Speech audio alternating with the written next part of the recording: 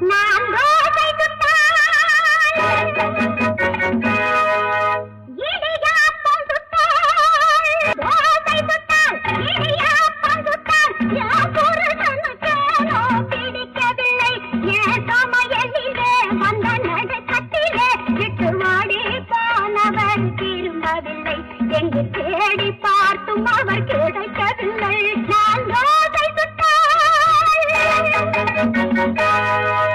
சமஞ்சது சரிதானா ஐயோ சமைச்சது சரிதானா சொல் சொல் சொல் சொல் கிழவி